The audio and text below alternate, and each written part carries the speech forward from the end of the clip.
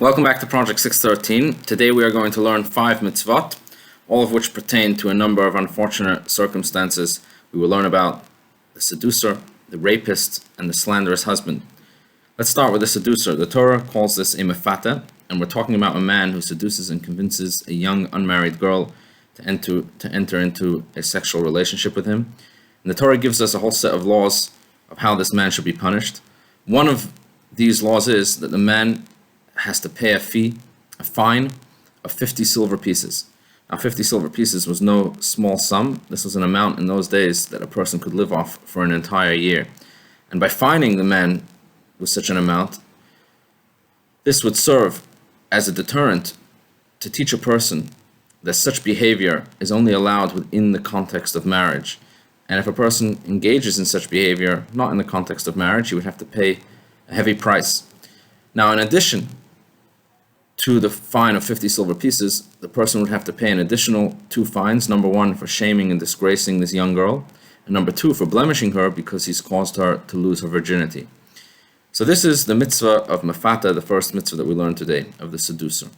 The second and third mitzvah we will learn today pertain to a rapist, what the Torah calls an ones, where in addition to the fines that we learned earlier that a seducer would have to pay, which a rapist would have to pay as well, in addition, the Torah punishes the rapist and gives a special mitzvah that the rapist is forced, as part of his punishment, to remain married to this young woman for the rest of his life, if she wishes to remain married to him, of course.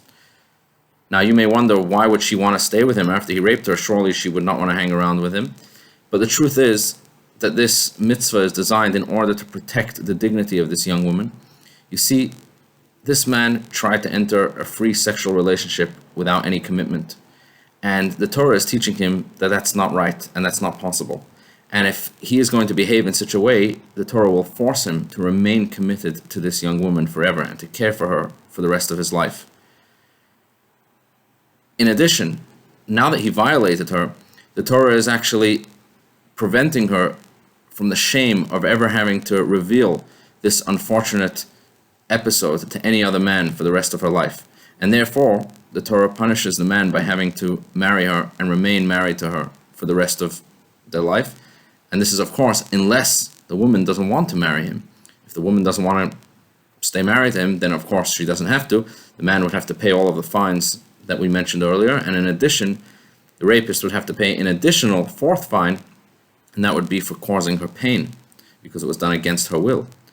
And that is the third mitzvah. That is the second mitzvah that we have today, the mitzvah of the rapist having to marry his victim.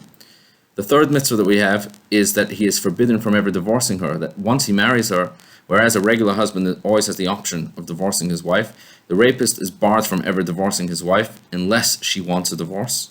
Then of course she can get one.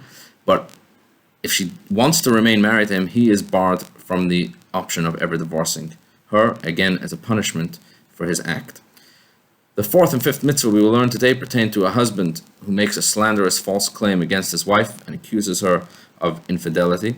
And in such a case, if the husband's claims are found to be false, the husband is punished, number 1, with the mitzvah of having to remain married to her for the rest of his life, and number 2, with the prohibition of again being barred from ever divorcing her, similar to the case of the rapist.